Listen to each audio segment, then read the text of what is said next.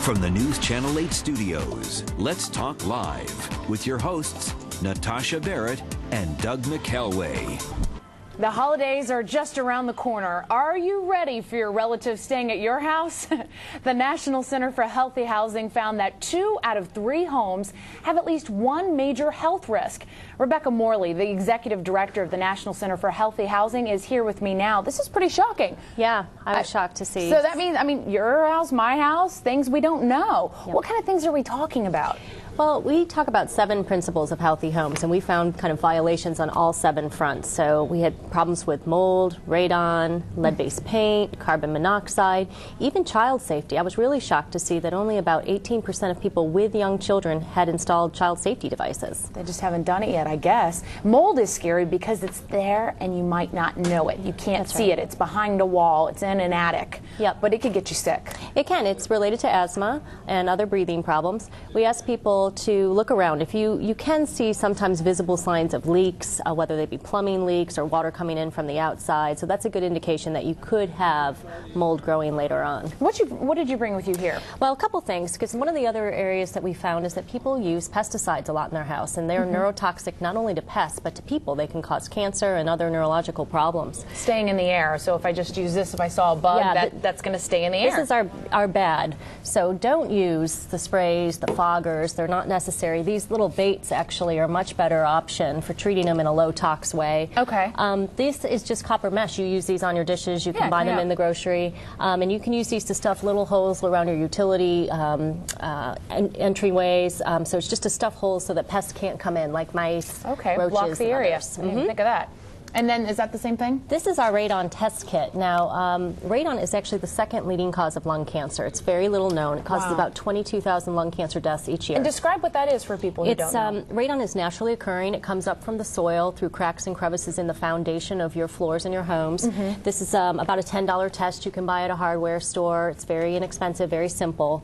And once you find out the results of that, you can figure out what to do from there. Does it happen in certain homes that are older, newer? Does it matter? It doesn't really matter. EPA actually recommends that all people test homes. This area, though, is higher risk. The Northern Virginia, Maryland, and D.C. area have higher risk. It has to do with the soil formation. So granite, rock formations underground tend to be more associated with radon. I don't think that's something many people worry about or think about. Not at all. Only 10% of people in our survey found that they had actually inspected for radon or tested for radon. Wow, wow. And you got an outlet thing over here? CO alarms. Now, I have a personal experience with this. I can only see the outlet thing from it. It's an alarm on the front. It's a plug-in CO alarm, which is great. So it has a battery backup, but you don't have to remember to keep changing the batteries. I actually was exposed to CO here in Arlington. Oh, were you? Yeah, when I was a renter. Just after college, I lived in an old home.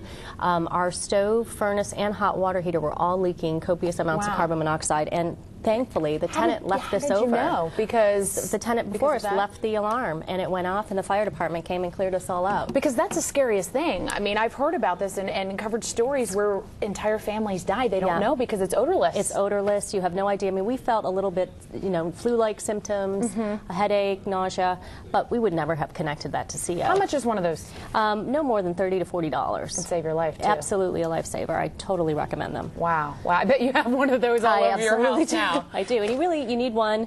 You put it near your sleeping areas, so definitely recommend that. Yeah. Smoke alarms, we saw better compliance on that, and it could be that because local codes require smoke alarms, or there's been better awareness around that, but people tend to have them. 70% of people said they tested them twice a year, which is great. People think about fire more, I think. I think so. And not the other things that can get you, and things that you won't know. That's the scary part about that one. Let's go over some other things that are, I think, general things in a home.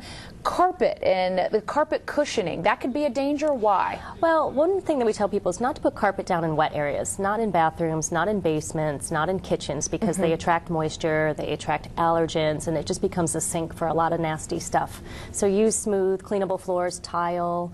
They've got some great marmoleums out there these days, lots more resilient floorings. Even poured concrete can be really beautiful. If you can't avoid carpets, or you bought the house, a lot of people don't have a lot of money to make improvements right now, there's certain things you should pick out out that I hear natural fiber is much better. The natural wool is better, and also just maintaining them. Regular carpet cleaning, using a HEPA vacuum, that's the best choice. You can see the HEPA sign on the vacuums when you purchase them. So regular maintenance is the best thing if you've already got them. This is one thing that grossed me out. I just bought a new mattress, thank goodness, because when I read this, and everybody hears about this, but you don't want to think about, a typical used mattress may have anywhere from 100,000 to 10 million bed mites inside. Yeah, I know. The sheer weight of the extra weight of the mattress that comes from the dust mites.